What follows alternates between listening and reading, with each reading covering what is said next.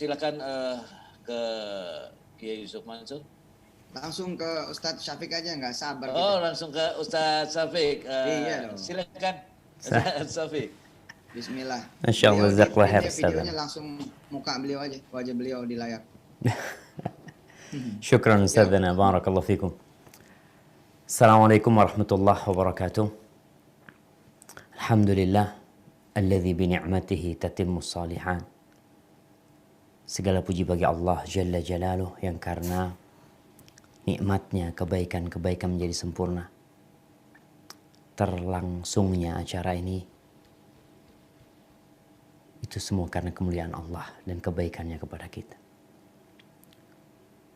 Maka tidak hal yang lebih pantas untuk kita lakukan kecuali terus memuja dan memuji Allah Jalla Jalaluh. Lahul hamd wa lahul syukr. Wa subhanallah.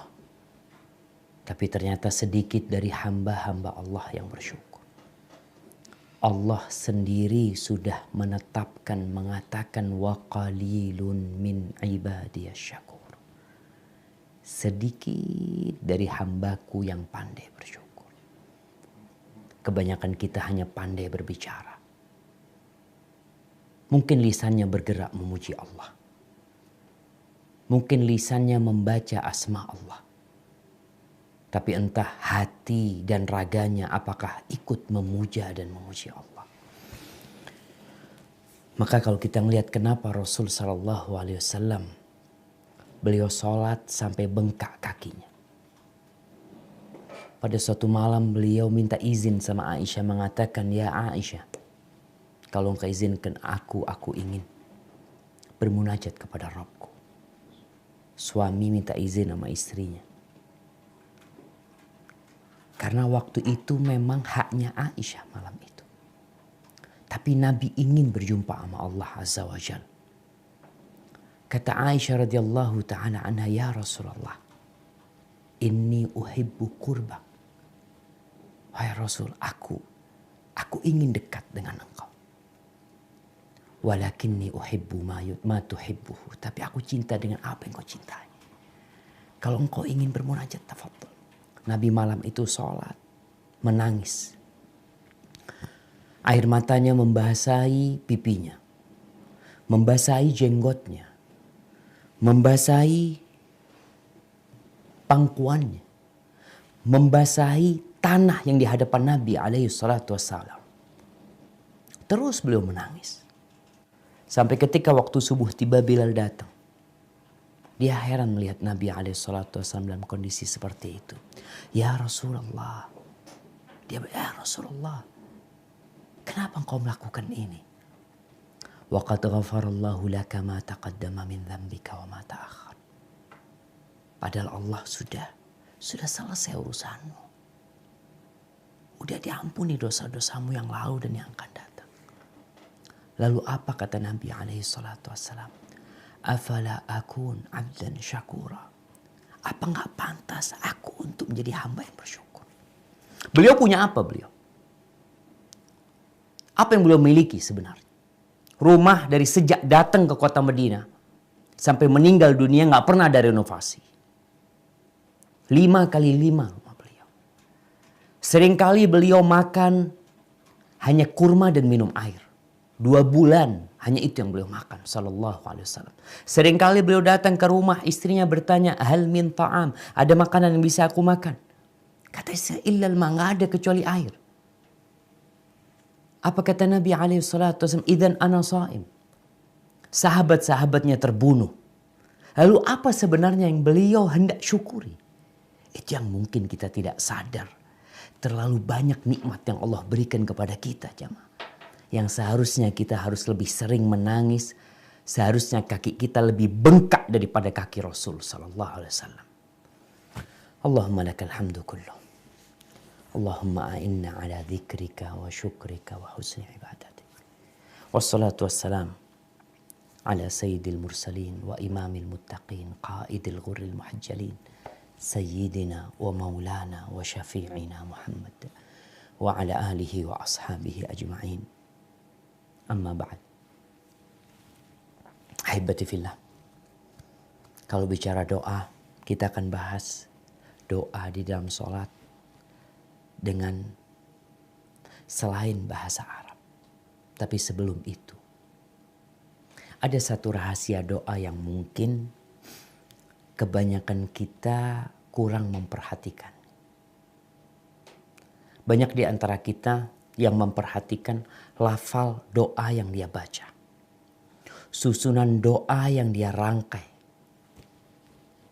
Tahukah kita bahwasanya Allah Azza wa Jal telah mengabulkan doa iblis? Iblis berdoa dikabulkan.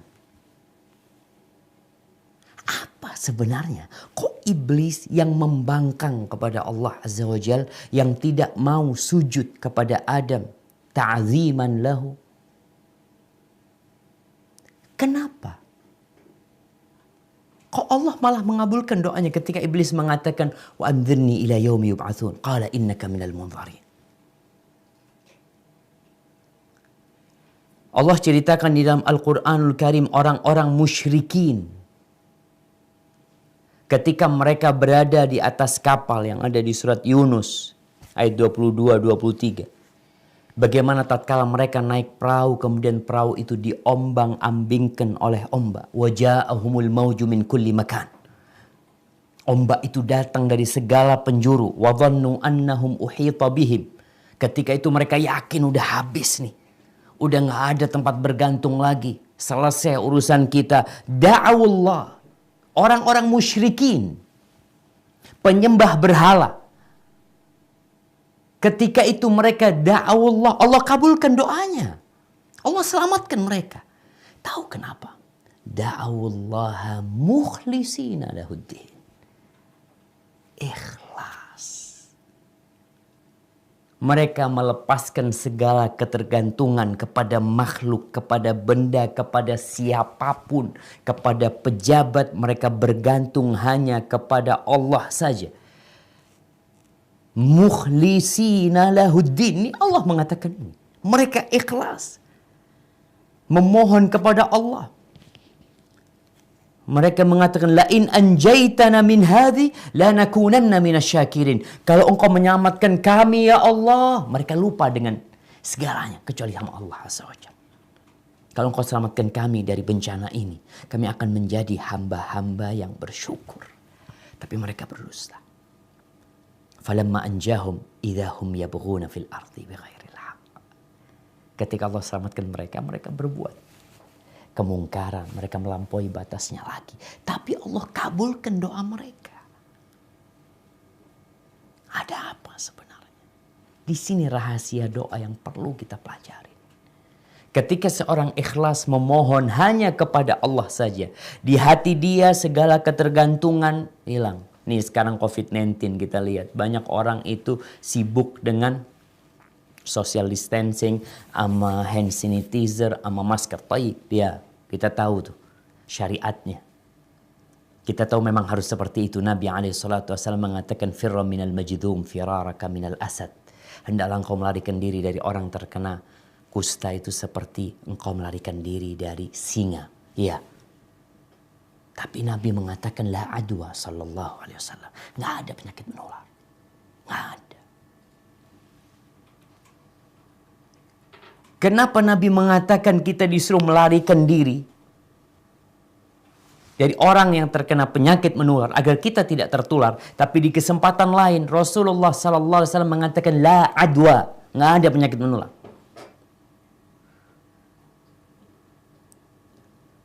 Karena Nabi alaihi wasallam ingin mendidik kita bahwasanya engkau harus tahu yang menyebabkan penyakit itu menular adalah Allah Rabbul Alamin. Sehingga engkau seharusnya takut sama Allah. Ingat sebabnya kita jalanin. Tapi jangan sampai engkau bergantung kepada sebab.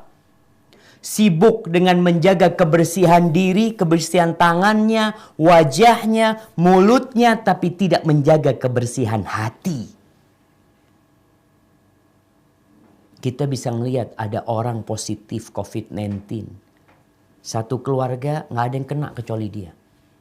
Kenapa seperti itu? Karena yang memindahkan penyakit pada hakikatnya adalah Rabbul Alamin. Jadi kalau bicara doa, maka hendaklah kita tuh ikhlas ketika berdoa. Hanya berharap kepada Allah, percaya yang bisa menyelamatkan kita itu bukan yang namanya masker. Iya, kita pakai masker. Kita sering-sering cuci tangan. Tapi jangan lupa ketika engkau mencuci tanganmu, hatimu ikut dicuci. Jangan lupa tatkala engkau menutup mulutmu dengan masker, engkau kunci mulutmu dari ucapan-ucapan dusta, ucapan-ucapan palsu. Allah Azza wa Jal mengatakan ud'uni astajib lakum. Mintalah kepada aku, pasti aku kabulkan. Tapi gimana cara berdoa sama Allah? Kadangkala kita salah berdoa. Kita nggak belajar bagaimana berdoa. Ada adabnya, ada etikanya. Panjang tuh kalau bicara tersebut. Tapi kalau bicara doa di dalam sholat, ternyata Nabi SAW menyuruh para sahabat ketika sujud untuk banyak berdoa.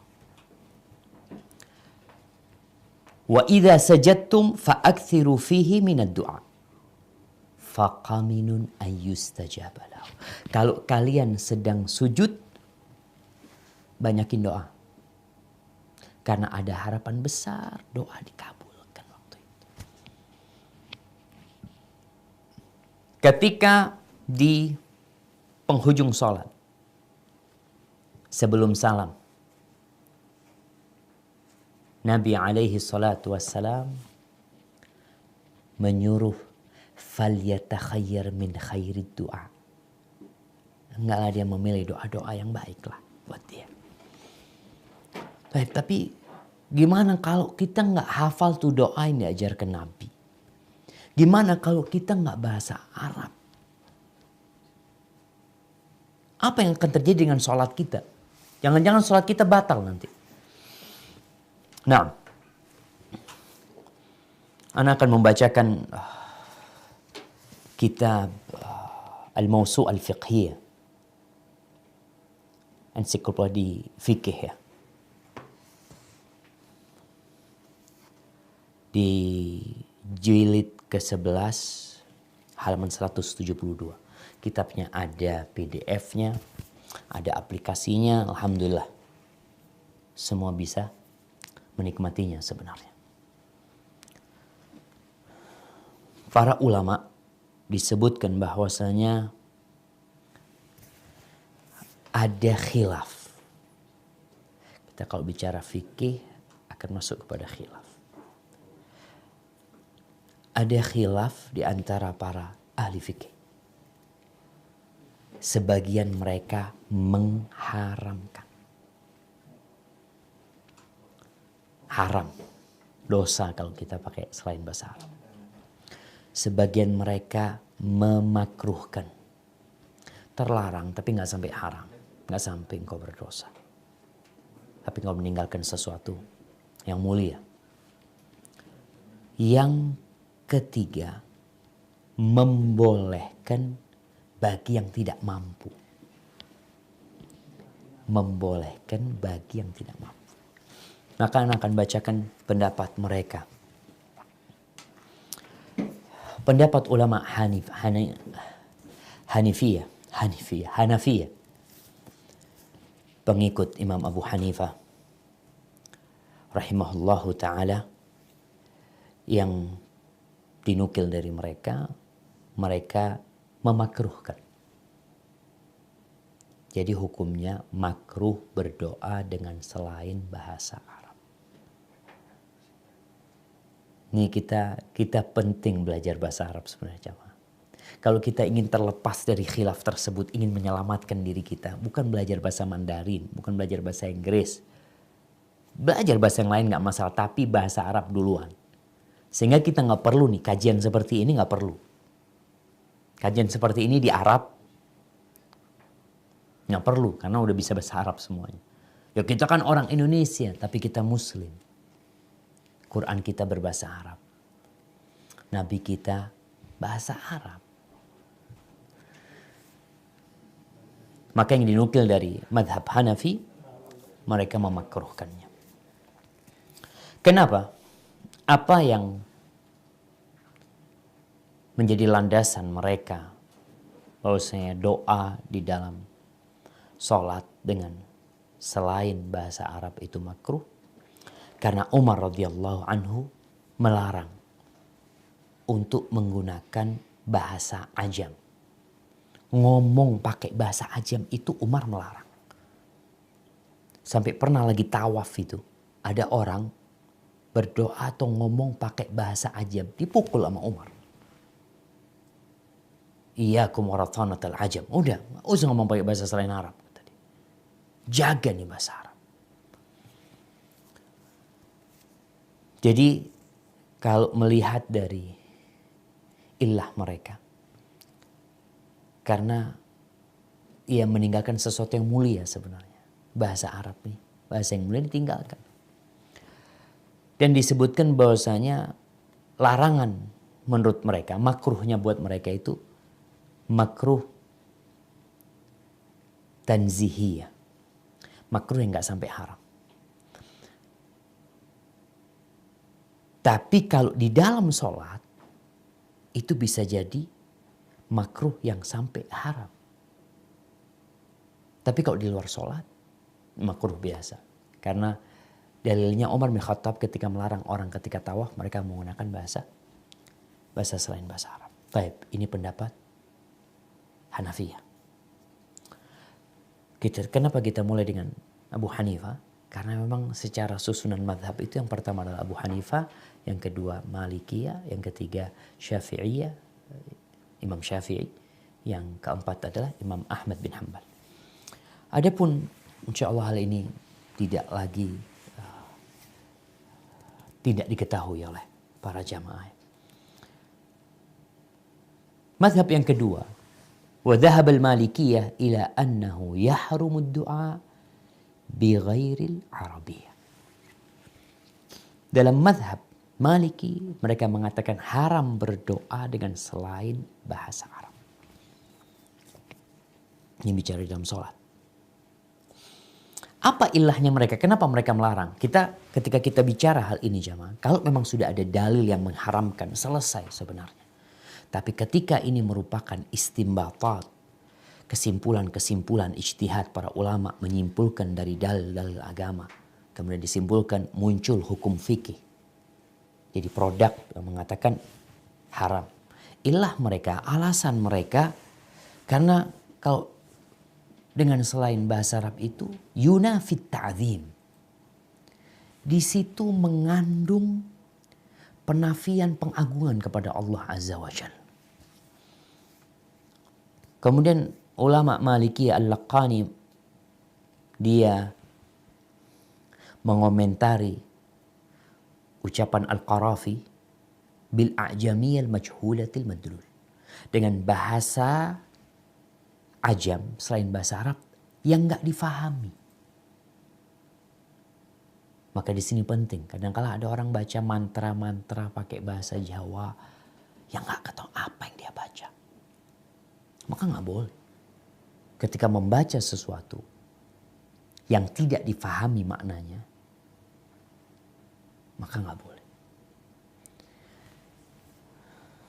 Kenapa? Karena ditakutkan mengandung suatu isi atau kandungannya yang ternyata di situ ada ungkapan-ungkapan yang tidak pantas ditujukan kepada Allah Azza wa Jalla. Adapun kalau diketahui artinya, fayajuzu isti'maluha mutlaqan fi salati wa ghairiha. Ini masih kepada pendapat Malikiyah. Adapun kalau diketahui maknanya, maka boleh digunakan secara mutlak di sholat dan di selain sholat. Jadi ternyata yang diharamkan itu kalau tidak diketahui maknanya. Adapun kalau diketahui maknanya, mereka berpendapat boleh.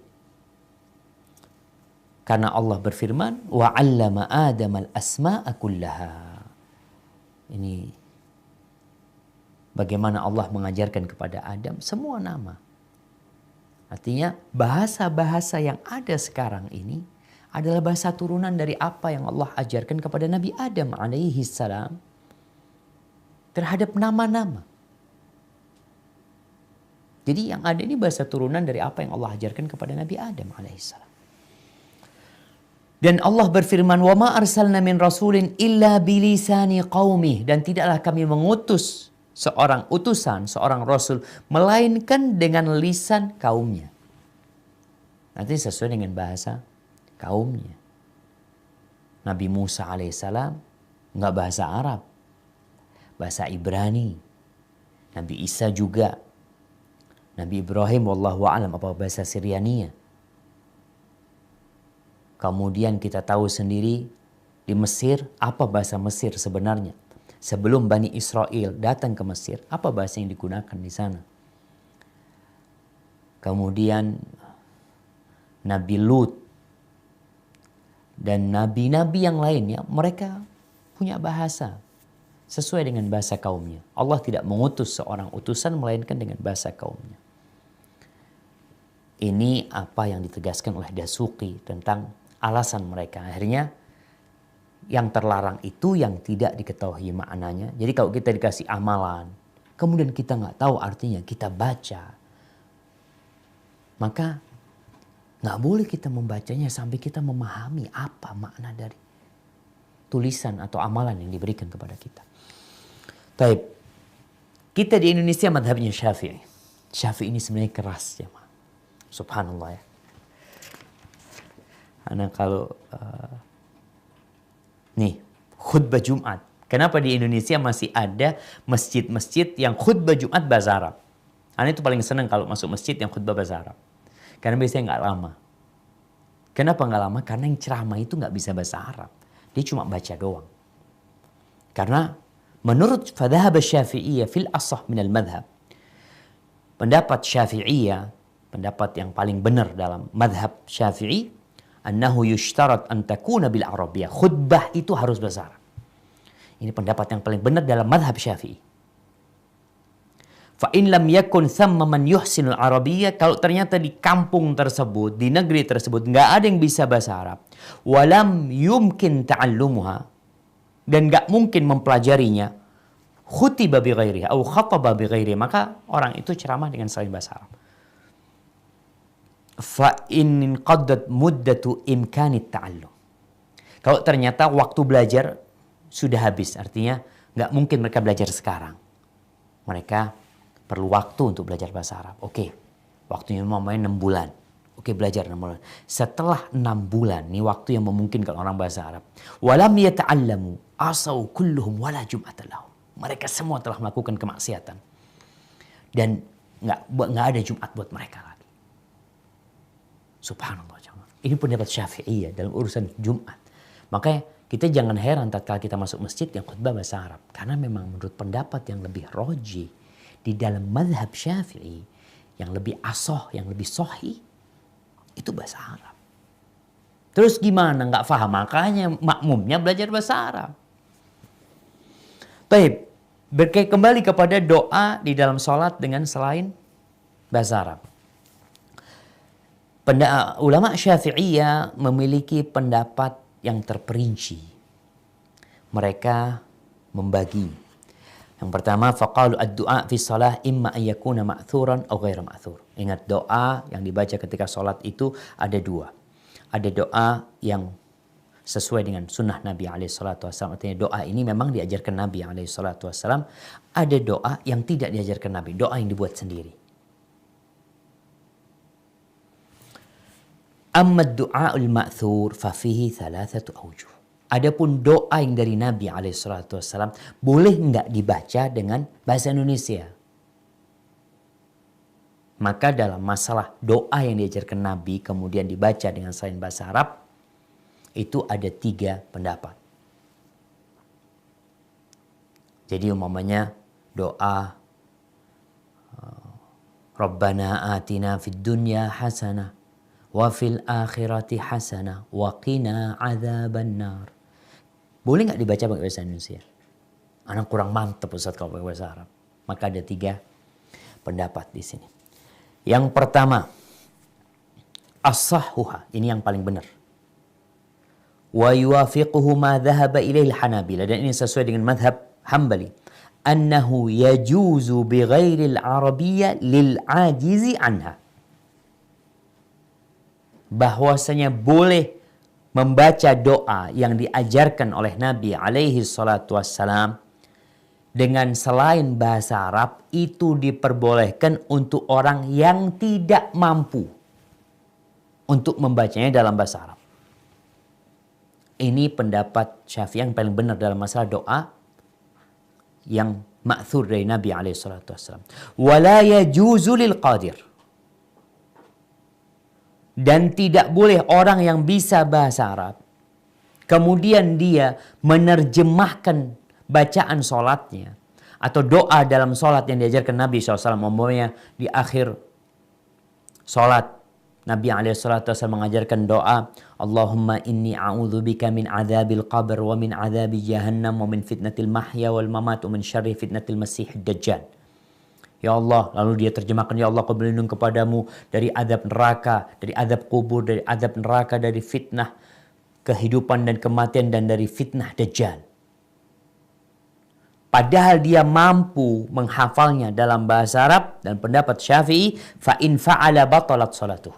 Kalau dia melakukan itu, menerjemahkan padahal dia mampu, maka batal salatnya. Ini pendapat Syafi'i yang paling benar. Jadi kalau ada yang mengatakan seperti itu, memang ini pendapat mereka. Karena engkau mampu, kenapa pakai bahasa Indonesia? Wa tsani yajuzu liman yuhsinul arabiyyah wa ghairahu. Pendapat yang kedua, boleh. Dalam mazhab Syafi'i, boleh bagi orang yang bisa bahasa Arab, nggak bisa bahasa Arab, boleh dia. Mau diterjemahkan dalam bahasa dia, boleh. Ini pendapat yang kedua dalam mazhab Syafi'i. Wa tsalits la yajuzu li wahidin minhuma li adami darurah ilaihi. Pendapat yang ketiga dalam mazhab Syafi'i, nggak boleh. Buat siapa? Buat dua-duanya. Mampu dan yang tidak mampu nggak boleh menerjemahkan doa itu ke dalam bahasa Indonesia. Ini berkaitan dengan doa yang diajarkan sama Nabi alaihissalatu wassalam. Wa amma du'a ghairul ma'thuri fis salah. Adapun doa, bolehkah kita sekarang membaca doa dengan sesuatu yang tidak diajarkan Nabi SAW? Fala yajuzu ikhtira'uhu wal ityanu bihi bil ajmiyati qawlan wahidan. Pendapat Syafi'i satu. Maksudnya nggak boleh membikin doa yang dibaca dalam sholat dalam bahasa selain Arab. Nggak boleh. Qawlan wahidan. Ini pendapat Syafi'iyah.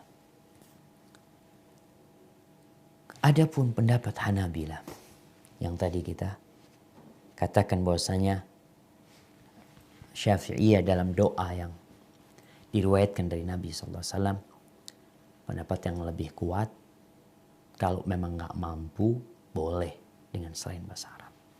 Urusan nggak mampu, mau dia baru masuk Islam, dia belajar udah ngafalin nggak hafal-hafal ya. Baik, itu pendapat Syafi'iyah. Adapun pendapat Hanabilah jamaah, bahwasanya mereka berpendapat diperbolehkan berdoa dengan selain yang diriwayatkan dari Nabi SAW, walaupun dengan selain bahasa Arab.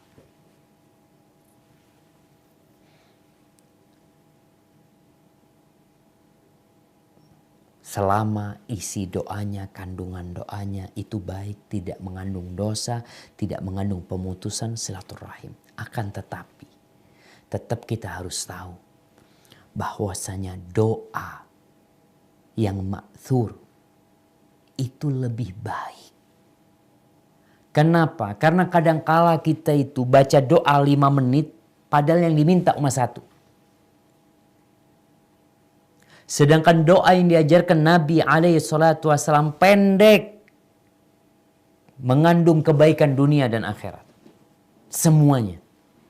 Kita doa 5 menit, Nabi cuma ngajarkan 5 detik. 10 detik. Namun, karena ada orang-orang yang tadi nggak bisa bahasa Arab. Dan dia memiliki keinginan. Dia ingin minta sama Allah Azza wa Jal. Dan kita tahu, kita bicara tadi, doa itu dikabulkan karena ikhlas. Karena tulus, karena benar-benar dia bergantung sama Allah Azza wa Jal. Dan Allah itu faham dengan semua bahasa. Allah itu mengetahui yang diminta oleh hambanya dengan bahasa apapun. Makanya di antara ulama Hanabilah ada yang mengatakan wa amma man da'allah mukhlishan lahuddin bidu'ain jaiz. Adapun orang yang berdoa memohon kepada Allah ikhlas penuh ketaatan kepada Allah dengan doa yang boleh. Sami'ahullah wa ajaba du'a'ahu.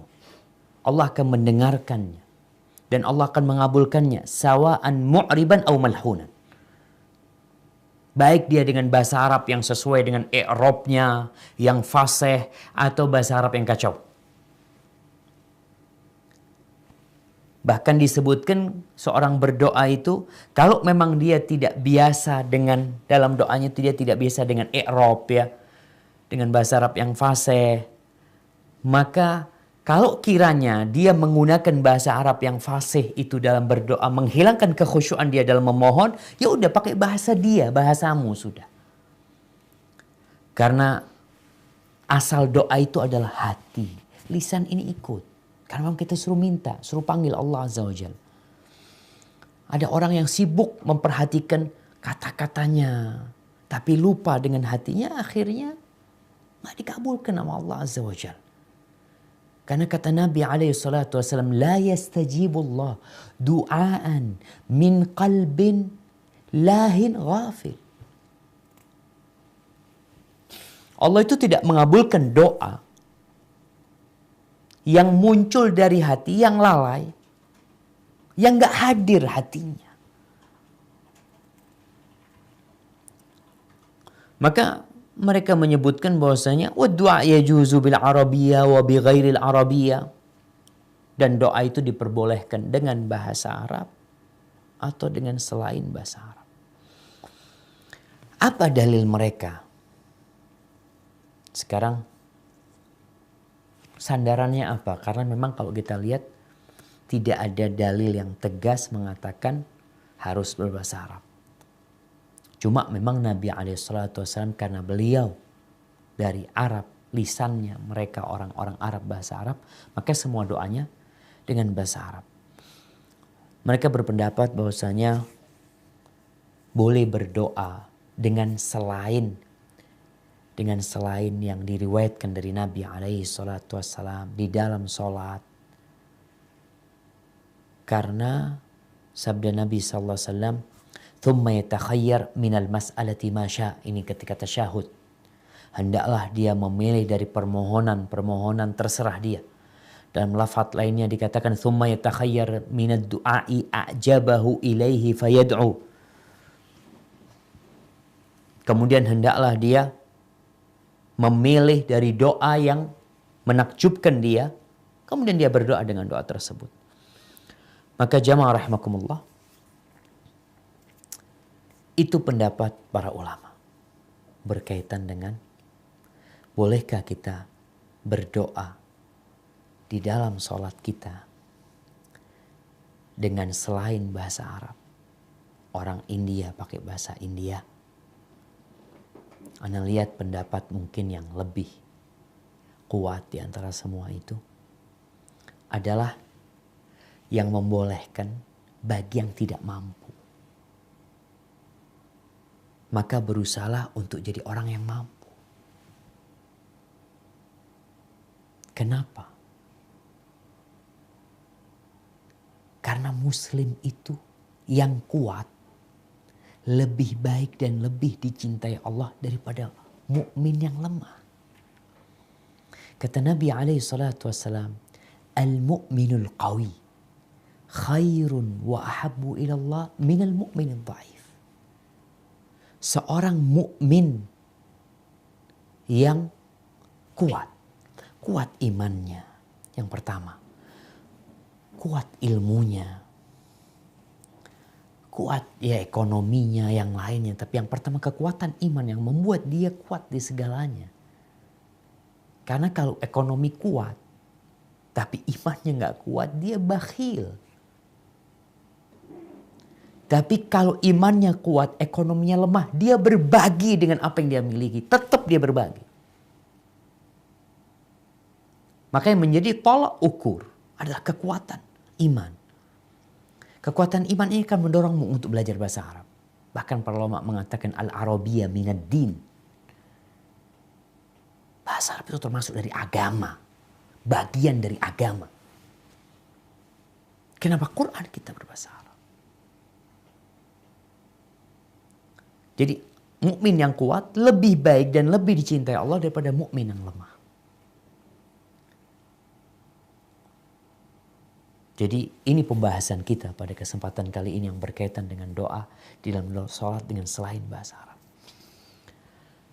Yang lebih hati-hati, ya udah tadi anak katakan belajar. Tapi bagi yang nggak mampu, yang nggak bisa, kita udah ajarin nih baca doa ini.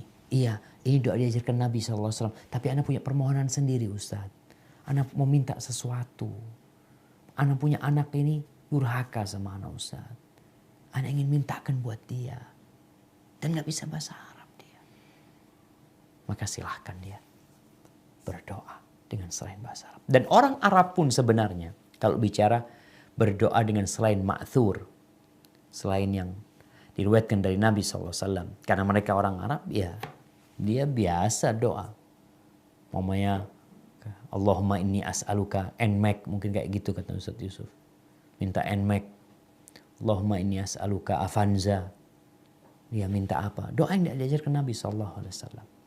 Tapi memang tadi Anda sampaikan, doa yang terbaik adalah doa yang ma'thur dari Nabi SAW. Cuma kalau engkau punya keinginan tersendiri yang memang harus disampaikan kepada Allah. Dan kita tahu waktu mustajab ketika sujud sebelum tasyahud. Maka silahkan dibaca. Tapi kalau dalam pendapat Syafi'i, ingat nggak boleh. Terus solusinya apa? Dalam mazhab Syafi'i solusinya ya udah baca di selain sholat. Kenapa harus baca ketika sholat? Kan ada waktu-waktu mustajab yang lainnya. Cari itu sepertiga malam akhir. Antara adzan dan qomat. Ketika engkau sedang berpuasa, ketika berbuka. Ada waktu-waktu mustajab. Kenapa harus maksakan diri baca ketika sholat? Itu di dalam mazhab Syafi'i. Cuma Anda lihat pendapat yang membolehkan karena bagi orang-orang yang tidak mampu, ingat yang tidak mampu, maka Anda rasa pendapat ini yang lebih pertengahan ya. Bagi yang mampu selesai sudah nggak boleh. Tapi kalau dia mampu silahkan. Hadza wallahu a'lam bishawab. Mungkin kita masuk ke sesi tanya jawab kalau memang ada yang ingin ditanyakan. Tafadhol.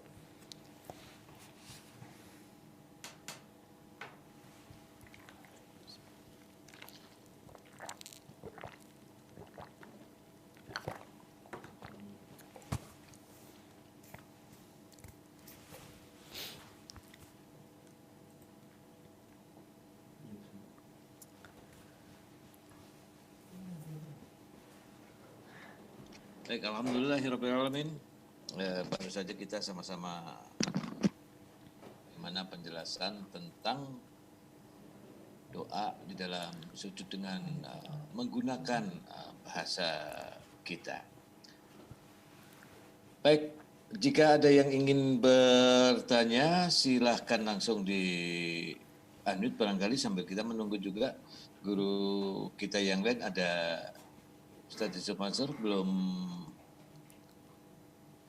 masuk atau sudah masuk ini? Saya belum bisa kontrol. Baik, kita kasih pertanyaan dulu untuk kawan-kawan yang mau bertanya, silakan angkat tangannya, barangkali ada yang kurang jelas tadi, kami persilahkan. Assalamualaikum. Waalaikumsalam warahmatullahi wabarakatuh. Kif halakum ya Syafiq? Ahlan wa sahlan, Masya Allah. Kabar Ustaz? Lama nggak jumpa antum, Masya Allah. Nahnu ba'id ankum, nahnu hina fi Jember.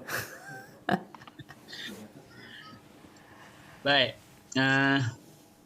Tadi terakhir saya dengar bahwa solusinya buat kita yang punya hajat, punya keinginan, berdoalah dengan bahasa Arab kalau mampu. Kalau yang tidak mampu, persilahkan.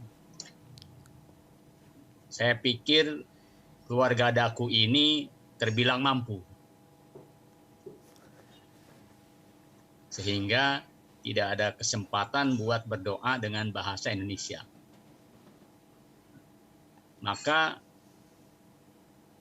bukankah akan lebih selamat ya jika kita mengungkapkan doa dengan hati kita. Sebab tadi disampaikan pula bahwa doa itu asalnya dari dalam hati, diungkapkan dengan lisan kita.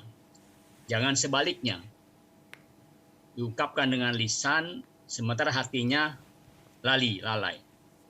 Nah, maka mungkin di dalam sholat itu akan lebih selamat di dalam dengan ungkapan dengan hati kita. Saya rasa begitu. Mungkin lebih diperjelas lagi dengan Oke, Syafiq. Ya, jazakallah khair Ustaz. Masya Allah, jazakallah khair ya atas masukannya. Jadi memang kalau dikatakan tadi keluarga Daku semuanya bisa bahasa Arab, selesai sudah. Kajian kita nggak usah dipakai di sini gitu. Jadi ketika orang bisa bahasa Arab selesai, maka dia wajib berbahasa Arab. Mungkin ini menjadi pendapat yang paling selamat. Namun kalau tadi Pak Kiai nyebutkan berdoa di dalam hati, memang seperti ini. Apa yang terbetik di hati kita itu Allah tahu. Tapi Allah nyuruh kita minta. Jadi ketika orang meminta dengan hatinya saja, lisannya tidak ikut, maka sejatinya dia belum disebut berdoa. Maka ketika Allah mengatakan wa idza sa'alaka 'ibadi 'anni fa inni qarib ujibu da'watad da'i idza da'ani. Kalau dia minta, maka Nabi SAW doa-doanya semua dilafalkan. Beliau memanggil Allah. Beliau mengatakan Robbi, Robbana. Jadi hati itu memang asalnya doa. Tapi memang ketika mau minta, ya minta sama Allah. Kadang-kala ada orang yang mengatakan, enggak, Allah kan udah tahu dengan isi hatiku. Tapi kau suruh minta. Allah tahu, engkau belum ngomong, Allah udah tahu gitu loh. Tapi sebagai bentuk hamba ketika minta, tunjukkan. Engkau memang minta sama Allah. Panggil nama Allah. Panggil ya Rahman, ya Rahim, ya Malik. Jadi kalau dikatakan hanya yang terbetik di hati, mungkin kita nggak masuk dalam pembahasan kita sebenarnya mungkin Pak Yai seperti itu. Karena hal-hal yang terbetik di hati kita, kadang-kala kita baca Al-Fatihah, hatinya ada di pasar. Jadi dia membaca surat Al-Fatihah, hatinya ada di tempat lain seperti itu. Jadi kalau kiranya dia ketika sujud itu, hatinya meminta, tapi lisannya tidak meminta, berarti dia merenung sebenarnya pada waktu itu, bukan memohon. Tapi kalau meminta, memang Allah suruh, ud'uni, minta engkau, pinta. Panggil nama Allah Azza wa Jalla. Makanya kalau kita lihat doa-doa para nabi, bagaimana Nabi Zakaria dipanggil Allah Azza wa Jalla. Cuma memang pembahasannya kan tadi berkaitan dengan bahasa. Apakah bahasa Arab boleh atau nggak boleh. Memang kalau dalam mazhab Syafi'i, dan memang itu yang banyak dipakai di Indonesia, mereka berpendapat qaulan wahidan nggak boleh. Terus solusinya, jadi kalau solusinya mungkin bukan berdoa dalam hati ketika sujud, tapi solusinya buat yang berpegang teguh dengan mazhab Syafi'i ini, maka doanya di selain sholat. Selesai sudah. Cari waktu-waktu mustajab yang lainnya gitu loh. Hada wallahu a'lam bishawab. Ya. Ya silakan Wi, yang lain kalau ada yang mau nanya Wi. Baik, alhamdulillah baru saja nih Kiai Kosasi sudah mempertanyakan sebetulnya banyak yang mesti ditanyakan, barangkali silahkan untuk kawan-kawannya yang lain yang mengikuti kuliah wisatahati.com ataupun kawan-kawan dari keluarga besar Darul Quran, silakan untuk Ustadz Jamil. Nah, ya Jamil. شيخنا دكتور ما شاء الله. ما شاء الله. كيف حالك أستاذ جميل؟ عساك الحمد لله بخير. طيبين. ما شاء طيبين ما شاء الله. الله. Ini yang ikut bukan hanya keluarga besar pesantren, tapi juga kawan-kawan kuliah online. Jadi yang punya latar belakang macam-macam lah. Mungkin tadi Kiai ngelihat ada beberapa teman-teman pesantren ya. Ini yang ikut lumayan banyak ini Ustaz. 539 sampai saat ini, alhamdulillah. Masya Allah, Masya Allah. Ada pertanyaan, titipan pertanyaan dari istri. Oh, dari nyonya. Dari nyonya. Kalau tadi seputar bahasa Arab atau Ajami dengan bahasa non Arab, sekarang apakah boleh jahar ataukah dibaca dengan sir? Itu aja sih. Nah, Maksudnya dilafalin atau enggak gitu. ya ini mungkin kembali kepada apa yang disampaikan Kiai Kosasi tadi ya. Kalau bicara jahar sama sir ini, kalau yang dimaksud adalah dilafalkan dengan tidak dilafalkan, berarti kan pertanyaannya apakah dengan hati saja atau diucapin. Pembahasan semua tadi yang kita baca itu diucapin. Jadi yang kita bahas tadi itu, kalau bicara di hati selesai sudah. Nggak perlu orang, tadi Anda sampaikan ada orang baca Al-Fatihah hatinya ke pasar nawar-nawar. Dia berpikir nanti barang itu Anda tawar sekian ya. Kira-kira dikasih apa enggak gitu ya. Seperti itu. Itu tidak membatalkan sholat. Walaupun dia mamanya ketika membaca Al-Fatihah itu hatinya di pasar gitu loh. Itu tidak membatalkan sholat. Jadi yang dibicarakan oleh mereka ini adalah ketika doa itu dilafalkan. Kalau sesuatu yang terbetik di hati itu bukan doa. Makanya dikatakan Allah itu memaafkan umatnya. Kata Nabi SAW, amma haddathat bihi anfusuhum. Allah itu memaafkan hamba-hambanya. Apa yang dibicarakan dalam hati mereka. Malam yatakallamu au ya'malu. Selama mereka belum melafalkannya, selama mereka belum mengamalkannya. Jadi pembahasan kita ini adalah ketika doa itu dibaca, diucapkan dengan lisan. Jadi kalau apa yang terbetik di dalam hati, ya memang sejatinya kadang-kala terbetik di hati kita kebencian ini macam-macam. Selama kita nggak bicara, Allah maafkan hal itu. Maka maaf, Anda tadi sampaikan bahwasanya ketika orang diam, berarti dia tidak berdoa. Kalau dia makan, Allah akan tahu dengan isi hati Anda, Ustaz. Apa yang Anda inginkan Allah tahu. Naam, tapi engkau disuruh minta. Jadi pembahasan kita ketika dikatakan sampai batal sholatnya, itu karena dilafalkan. Kalau bicara dalam hati, nggak masuk dalam pembahasan kita sebenarnya. Seperti itu. Hadza wallahu a'lam bishawab. Baik, silakan yang lainnya atau mungkin Ustaz Yusuf Mansur langsung. Saya itu masih kangen sama Ustadz Syafiq ya. Iya, saya kangen makan di atas. Masya Allah, nggak ada umroh sekarang ini Ustaz. Bener di Bukit Madinah itu, Masya Allah. Madinah ya Allah, nampak Jabal Uhud ya Allah. Barak. Melihat lampunya Nabawi, Allah. Masya Allah, kayaknya udah habis tuh tempat Ustaz. Udah gak ada. Jadi perumahan kayaknya udah. Masa sih? Aduh, jangan-jangan Agung Sedayo Ciputra masuk situ. Ayo teman-teman manfaatin kesempatan. Allah mustaqim. Mau yang Insyaallah marrah thaniyah Ustazana. Lazim tazur ma'had. Nahnu ba'id ankum huna. Wa kuruna Masya Allah. Baik, silakan untuk kawan-kawan yang lain, barangkali dari kawan-kawan yang biasa belajar di kuliahwisatahati.com. Kami persilahkan, jangan malu-malu, ini kesempatan yang sungguh luar biasa ya. Ada Ibu Siti Khadijah itu. Raise hand. Dari Saleh Nurdin, Ustaz, di Karawang, boleh tanya. Mangga, Saleh Nurdin, silakan. Ya, langsung. Terhormat Ustaz Syafiq dan Asatid yang dimuliakan Allah Subhanahu wa taala semua. Tadi disampaikan sekilas sumber bahwasannya tidak mesti harus waktu sholat, ada beberapa waktu mustajab gitu ya. Cuma ada sedikit fenomena yang diantaranya saya pernah hidup di Medan sekitar 13 tahun. Jadi ada hal yang unik yang saya perhatikan. Mungkin di beberapa daerah juga. Setelah maghrib di Medan itu di beberapa tempat tidak memberikan jeda untuk untuk berdoa setelah azan maghrib, tapi langsung diqomah. Tapi di beberapa tempat seperti di Jawa Barat itu langsung ada waktu untuk berdoa. Ya mungkin mereka masing-masing punya alasan.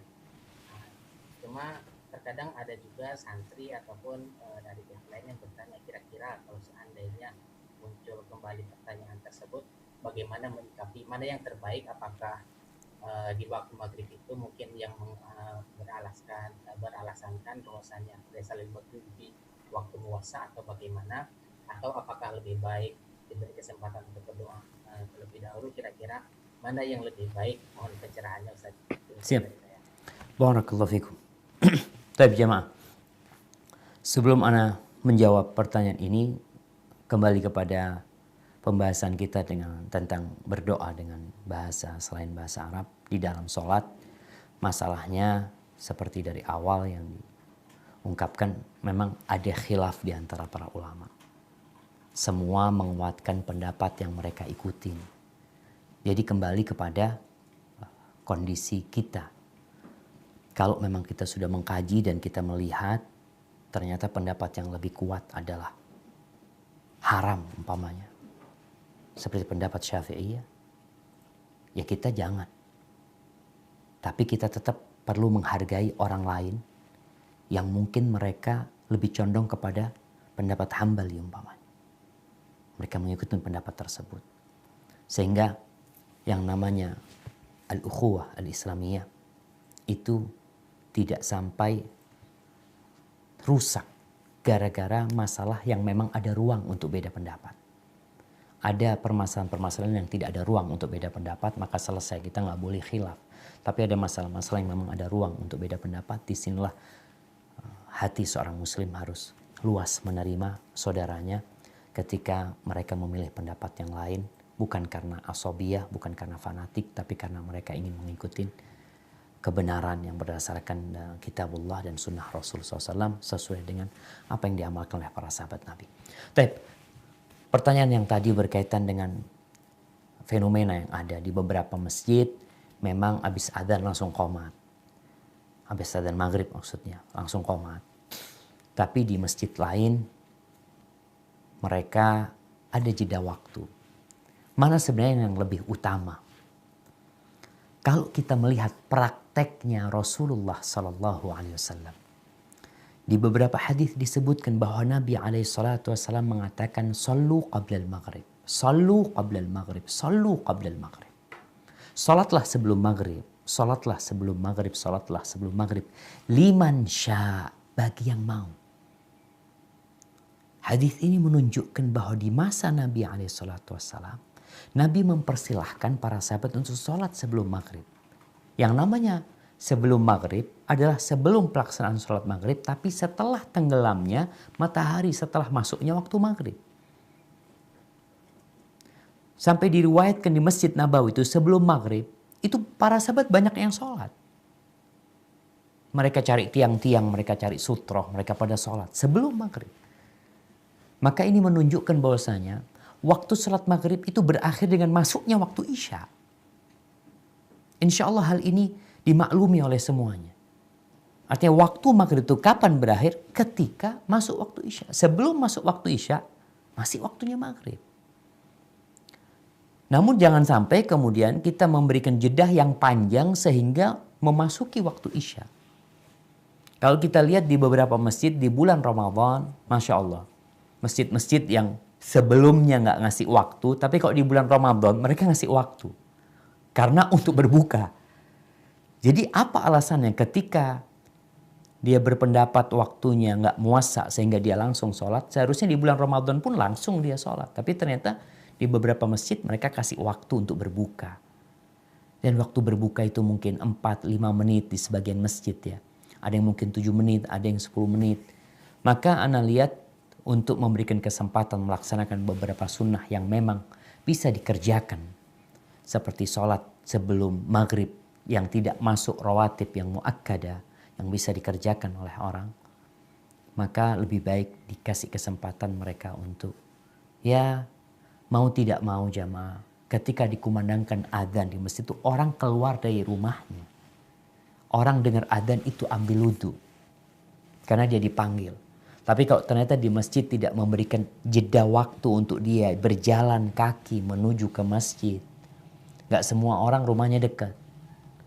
Sehingga kalau semua masjid itu langsung qomat, orang-orang yang dari rumahnya masbuk terus mereka. Karena panggilan itu panggilan untuk ke masjid. Ketika mereka ke masjid udah masuk rakaat kedua. Karena memang tidak ada jeda waktu.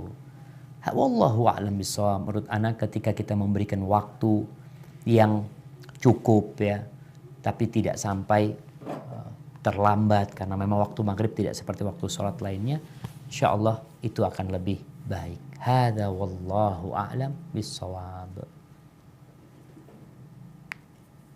Baik, alhamdulillahirrahmanirrahim. Ini pada kesempatan sekarang ini saya ingin mencoba untuk membaca pertanyaan dari yang sudah masuk ini dari Widi. Assalamualaikum Ustadz. Saya dengan Widi. Pak Dwi, kita batasi sampai 20.45 ya. 20.45. Ustadz Syafiq bisa mungkin ada acara lain atau apa. Masya Allah. Bisa tidur Ustaz. Iya itu dia. Nah kalau beliau jam 9 udah harus tidur soalnya. Baik, Ya, ini monggo. pertanyaannya adalah apakah hukumnya jika kita berdoa dalam sujud terakhir dan kita menangis dalam doa tersebut? Apakah batal sholatnya Ustaz? Nah, barakallahu fikum. Ya. Ini berkaitan dengan doa dalam sujud terakhir. Perlu difahami bahwasanya Nabi SAW ketika mengatakan wa idza sajadtum fa'aktsiru fihi minad du'a. Ketika kalian sujud, banyakin doa. Itu tidak khusus sujud terakhir. Karena Nabi mengatakan konteksnya kalau sedang kalian sujud di sholat itu, wa idza raka'tum fa'azzimu fihi rabb. Ketika ruku kalian agungkan Allah Azza wa Jal. Ketika kalian sujud perbanyak doa di sana. Ini bukan berkaitan dengan sujud terakhir saja. Terus berkaitan dengan semua sujud kita. Makanya kalau kita melihat sholatnya Rasul Sallallahu Alaihi Wasallam, bagaimana beliau sholat? Ketika sujudnya itu hampir sama-sama berdirinya. Berdirinya baca Al-Baqarah beliau alaihi salatu wassalam. Panjang kali sujud beliau. Ini rakaat pertama. Yang disebutkan dalam hadis Hudzaifah atau hadis Anas bin Malik. Hadis Abdullah bin Abbas. Tentang bagaimana sujudnya Nabi alaihi salatu wassalam di rakaat pertama. Itu udah panjang sujudnya. Jadi ketika berdoa di dalam sujud, kemudian menangis, tapi tidak sampai menangis yang keluar suara-suara yang keras seperti itu, nggak ada masalah. Nabi SAW menangis. Sampai tadi dalam hadis yang awal kita sampaikan, bagaimana beliau menangis sampai membasahi jenggotnya, membasahi tempat sujudnya, tempat sholatnya Nabi SAW itu basah dengan air matanya. Yang penting ketika nangis tidak sampai teriak-teriak, lupa kalau sedang sholat. Engkau sedang sholat, engkau sedang dalam posisi sujud. Terus menangis memohon kepada Allah Azza wa Jalla. Nabi SAW ketika sholat pun beliau menangis. Abu Bakar Siddiq radhiyallahu anhu menangis ketika sholat. maka sejatinya nggak masalah selama tidak mengeluarkan suara-suara yang bisa membatalkan sholatnya atau suara-suara yang di luar sholat sebenarnya bacaan sholat, maka silakan kau membaca doa menangis, tapi ingat bukan khusus di sujud terakhir, tapi di semua sujud. Namun memang ada orang yang mengkhususkan. Ketika dia mengkhususkan, akhirnya dia ini menyempitkan yang luas. Kenapa? Dalam sholat maghrib itu ada 6 sujud. Engkau bikin 1 aja berdoa. Padahal ada kesempatan 6 kali sujud engkau berdoa, tapi engkau bikin cuma sekali berdoa. Sehingga ajaran Nabi ini begitu luasnya. Maka jangan sampai kita menyempitkan apa yang diluaskan oleh Rasul Sallallahu Alaihi Wasallam. Berdoalah dalam semua sujud kita. Hada wallahu a'lam bishawab. Nah. Baik, Alhamdulillah ini memang pertanyaan banyak sekali ini yang ada di yang di sini. Apakah ya Ibu Siti Hadijah mau bertanya tadi katanya? Oke. Iya, Ustadz. Terima kasih. Ini terakhir ya, Wi? Ya, baik. Alhamdulillah. Jazakumullah Ustadz atas kesempatan yang diberikan. Saya Bu Hadijah, Masya Allah. Pertanyaan saya mungkin agak sedikit awam Ustadz. Mungkin berkaitan dengan doa, tapi misalnya begini Ustadz, di sini di Indonesia kita kan banyak memakai mazhab Syafi'i. Kebetulan juga mungkin saya termasuk yang mengamalkan mazhab Syafi'i. Nah, ketika kita ke Mekah melakukan ibadah umroh, maka misalnya bersentuhan saja itu tidak apa-apa gitu, tidak harus mengambil wudhu seperti itu. Nah, di dalam doa sendiri, apakah boleh ketika kita biasa menggunakan amaliyah atau mazhabnya mazhab Syafi'i, tapi ketika berdoa kita menggunakan mazhab yang lain, Ustadz? Itu pertanyaan dari saya. Jadi misalnya kayak di sini kan lebih sahnya itu, padahal dari yang tadi saya catat adalah boleh selama itu menggunakan di hati seperti itu. Bagaimana Ustadz? Terima kasih, jazakumullah, syukran kasiran untuk kesempatan yang diberikan. Terima kasih. Nah, barakallahu fikum. Baik, madhab Syafi'i dalam masalah kita, madhab Syafi'i membagi doa jadi 2. Yang pertama doa yang diriwayatkan dari Nabi SAW dan doa yang dibuat sendiri. Doa-doa yang diriwayatkan dari Nabi SAW dalam madhab Syafi'i yang lebih kuat adalah diperbolehkan bagi yang tidak mampu berbahasa Arab. Ini dalam mazhab Syafi'i. Artinya ketika kita membaca doa, mamanya ya Allah aku berlindung kepadamu dari azab kubur, dari azab neraka yang tadi kita sudah sampaikan, maka dalam mazhab Syafi'i buat orang yang tidak mampu maka diperbolehkan. Ini untuk doa yang diriwayatkan dari Nabi SAW. Adapun membuat doa sendiri bukan dari ajaran Nabi SAW, kemudian dibaca dalam selain bahasa Arab, maka dalam mazhab Syafi'i tidak boleh. Ini pendapat Syafi'i. Baik, pertanyaan ibu ini, boleh nggak pindah mazhab? Maka perlu dilihat apa alasan pindah mazhabnya. Karena jangan sampai kita itu mengambil dari setiap mazhab itu yang enak-enak aja. Menurut nafsu kita, anak kayaknya cocok sama madhab ini.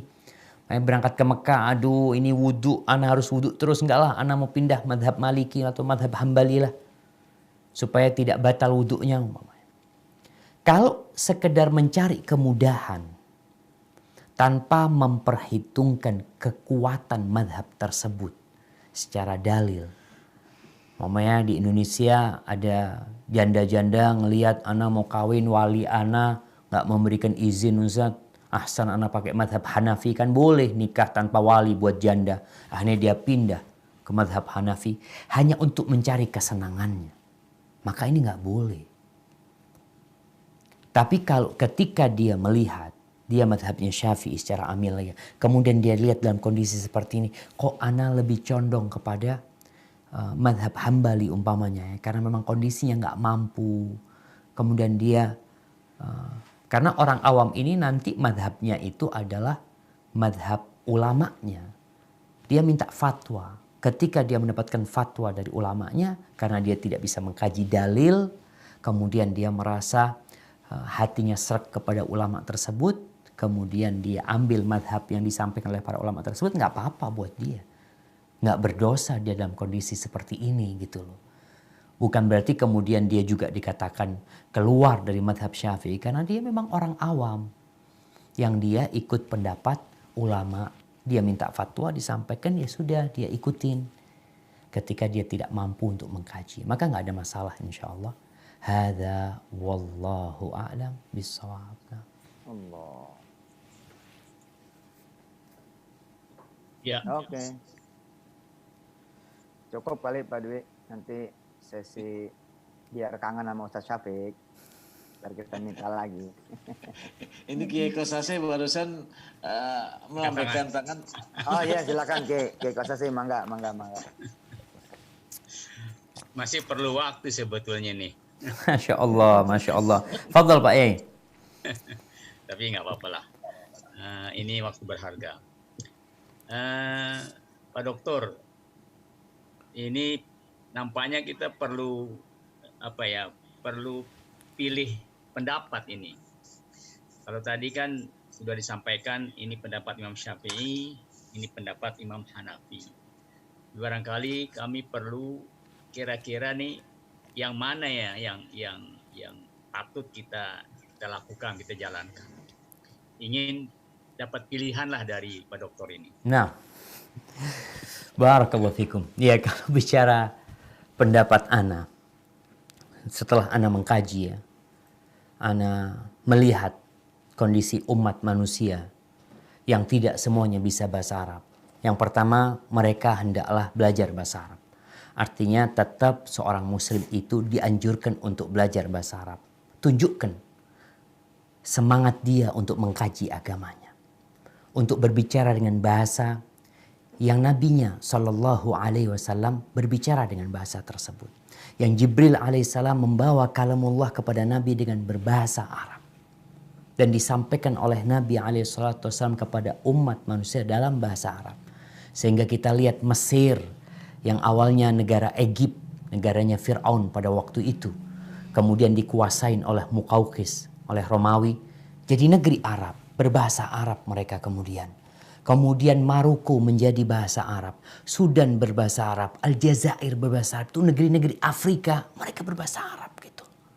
Bagaimana kepedulian mereka dengan bahasa Arab. Ini mendorong kita untuk belajar bahasa Arab. Tapi kalau memang ada orang yang tidak mampu berbahasa Arab. Jadi kalau di Indonesia alhamdulillah banyak orang bisa ngaji.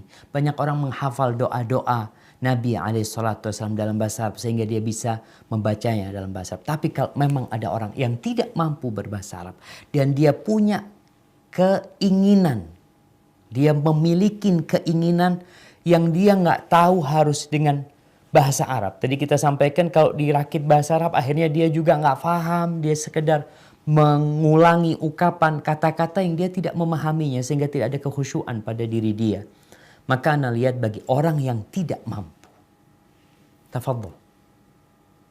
Setelah dia berusaha, kemudian dia tidak mampu, ana rasa kita persilahkan dia untuk memohon kepada Allah Azza wa Jalla dalam bahasa dia. Dengan catatan dia tidak mampu. Yang mampu bahasa Arab. Apa gunanya belajar bahasa Arab? Karena ana sedih. Terus terang ana ini sedih sekali. Lulusan Timur Tengah itu banyak. Lulusan pesantren di Indonesia itu banyak. Tapi kenapa bahasa Arab tidak menjadi bahasa kedua di Indonesia ini? Kenapa ana melihat di pesawat itu ada koran bahasa Mandarin. Tapi nggak ada koran bahasa Arab. Karena banyak orang-orang yang lulus dari Timur Tengah. Di rumahnya nggak bahasa Arab. Di rumahnya. Dia belajar bahasa Arab 6 tahun di pesantren. Kuliah 4 tahun bahasa Arab. Sampai Indonesia menikah, punya keluarga. Kenapa anaknya nggak diajar bahasa Arab? Diajak ngomong bahasa Arab. Diajak ngomong. Kita lihat tuh orang-orang yang lulusan Inggris ya. Anaknya diajak bahasa Arab sama dia. Bahasa Inggris, afwan. Yang Cina diajak bahasa Mandarin. Bisa bahasa Mandarin. Dan subhanallah anak-anak itu jamaah, ketika umur di bawah 5 tahun, itu secara penelitian dikatakan mereka bisa menguasai 10 bahasa tanpa kesulitan. Asalkan bukan dengan dipelajari, bukan, dengan didengarkan. Makanya anak punya teman-teman di Medina itu anak-anak yang dari Bosnia, anaknya bisa bahasa Arab, bahasa Inggris, bahasa Bosnia, bahasa macam-macam. Subhanallah. Jadi ketika ada orang yang ngomong kepada dia dengan bahasa Bosnia, langsung berubah jadi bahasa. Ngomong bahasa Arab langsung jadi bahasa Arab. Ngomong bahasa Inggris langsung jadi bahasa Inggris. Kenapa? Karena orang tuanya membiasakan. Ingat bahasa Arab itu termasuk agama kita. Maka harapan anak, apa yang kita kaji ini, apalagi yang madhab Syafi'i ini seharusnya lebih takut lagi dia. Dia harus benar-benar bisa bahasa Arab. Dan negeri kita alhamdulillah madhabnya Syafi'i. Sehingga khutbah Jumat nanti bahasa Arab karena semuanya bisa bahasa Arab. Tapi kalau sekarang khutbahnya bahasa Arab, orang pulang nggak ngerti apa-apa jemaah. Nggak dapat apa-apa dia akhirnya. Hadza wallahu a'lam bishawab ya. Jadi pendapat ana yang mungkin pendapat itu salah. Afwan. Ana melihat pendapat yang mengatakan bagi yang tidak mampu berbahasa Arab boleh dengan bahasa selain bahasa Arab. Ana lihat pendapat ini lebih kuat. Kenapa? Karena Allah mengatakan fattaqullaha mastata'tum. Bertakwalah kepada Allah sesuai dengan kemampuan kalian. La yukallifullahu nafsan illa wus'aha. Allah tidak membebani hambanya kecuali sesuai dengan kemampuan dia.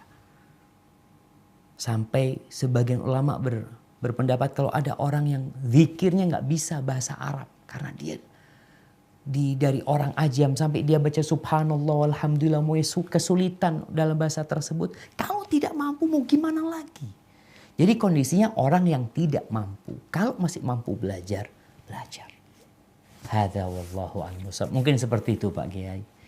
Itu pendapat ana dan tapi ana sudah menyampaikan, silahkan yang bisa mengkaji, yang mungkin mengikuti pendapat ulamanya, ya silahkan diikutin.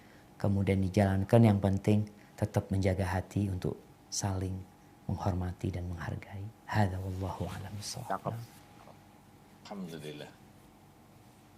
Jamil masih ngangkat tangan aja. Belum puas beliau. Ya oke, masih 3 menit. Gak ada puasnya ilmu ya. 3 menit mudah-mudahan bermanfaat. Amin. Amin.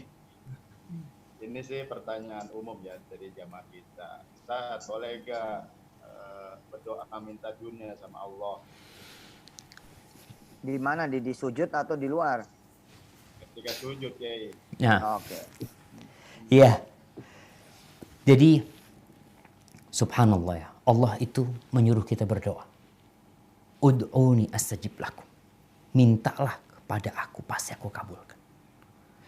Dan ternyata manusia itu terbagi menjadi 2. Sebagaimana disebutkan di surat Al-Baqarah, Allah mengatakan, "Faminan nas may yaqulu rabbana atina fid dunya wa ma lahum fil akhirati min khalaq." Ada orang-orang yang doanya hanya minta dunia. Hanya dunia yang dia minta. Maka di akhirat dia nggak dapat apa-apa. Wa minhum man yaqulu rabbana atina fid dunya hasanah wa fil akhirati hasanah wa qina adzabannar. Tapi ada di antara mereka yang permintaannya itu minta kebaikan dunia, minta kebaikan di akhirat dan minta dijauhkan dari api neraka. Kalau bicara ketika orang sujud, apa yang diminta? Bebas yang dia minta. Tapi jangan minta dunia saja. Karena dunia ini terlalu kecil, tapi kita perlu minta. Kenapa Nabi SAW minta? Sampai kita disuruh minta memperbaiki sandal kita. Sandal kita rusak, mau kita perbaiki. Minta tolong sama Allah Azza wa Jalla. Jadi ketika sujud, minta masalihad dunya wal akhirah. Jangan hanya minta kemaslahatan dunia saja. Kita itu kadang-kala panjang minta dunia 5 menit. Minta akhirat 1 menit. Padahal kita mau hidup di dunia cuma 70 tahun. Kenapa antum panjang-panjang doanya minta dunia? Ingat dengan Fudail bin Abdullah bin Mubarak ya. Ketika dia minum air zam-zam. Kebanyakan orang kalau minum air zam-zam minta, ibu-ibu minta awet muda ya. Minta sehat ya. Silahkan boleh minta kesehatan, minta rizki. Abdullah bin Mubarak ketika minum air zam-zam. Dia mengatakan, Allahumma ya Allah, sesungguhnya aku mendapatkan hadis dari guruku dari Ibn Abil Mawala. dari Jabir bin Abdullah bahwa Nabimu SAW bersabda, ma'u zamzam lima syuribalahu. Air zam-zam ini tergantung niat meminumnya. Allahumma fa inni ashrabuhu li dhama'i yaumil mahsyar. Ya Allah, aku minum air zam-zam ini agar aku tidak kehausan di padang mahsyar. Dia memandang kepada hari yang panjang, yang satu hari sama dengan 1000 tahun. Maka kalau bicara ketika sujud minta maslahat dunia, tafadhal. Silahkan. Tapi jangan hanya minta maslahat dunia. Terlalu kecil dunia ini, jamaah. Mungkin seperti itu, Ustaz. Hadza wallahu a'lam. Allahumma inna nas'aluka NMAX. Itu cuma NMAX yang diminta, Ustaz. Ya Allah, berapa NMAX? Ingat ceramahnya Ustadz Syafiq, Allahumma inna nas'aluka NMAX. Waduh, jangan cuma NMAX katanya. Minta anak yang hafiz. Gitu. Masya Allah, Masya Allah. Boleh NMAX diminta, tapi hafiznya jangan lupa. Masya Allah, Masya Allah. Dan minta belinya pakai duit yang halal. Pak Dwi, kelihatannya kita nggak akan pernah cukup nih dengan Ustadz Cukup, iya. Banyak sekali tapi kita harus cukupkan. Terima kasih banyak Ustadz Syafiq. Mudah-mudahan Allah ridha sama antum, sama keluarga, dan sama yang bersama antum. Doain kami nih biar terus belajar dan tidak pernah berhenti belajar. Jazakallah khair Ustaz. Haji Dwi, ya kita minta langsung Ustadz Syafiq berdoa buat kita semua. Allahu Akbar. Kami persilakan. Doa, Ya, kalau doa Nabi SAW yang Nabi sering baca di majelisnya. Beliau hampir jarang meninggalkan majelis kecuali telah mendoakan para sahabatnya.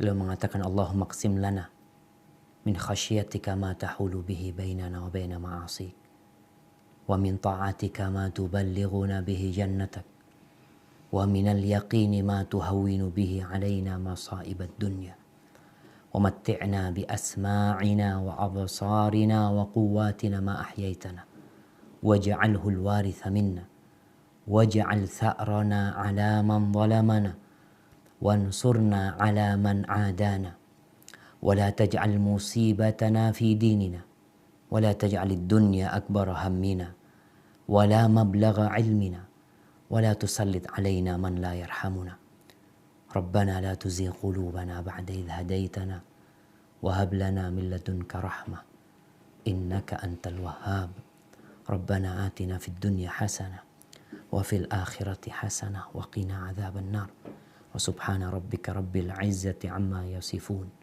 وسلام على المرسلين والحمد لله رب العالمين. جزاكم الله خير Ustaz. Ana berdiri. Makasih Ustaz. Allah barik fikum. Jazakallah khair. Subhanakallah. Makasih Ustaz. Silakan. Terima kasih yang membersamai Ustaz Syafiq juga, terima kasih. Ya Allah. Assalamualaikum Ustazana. Fadal. Fadal.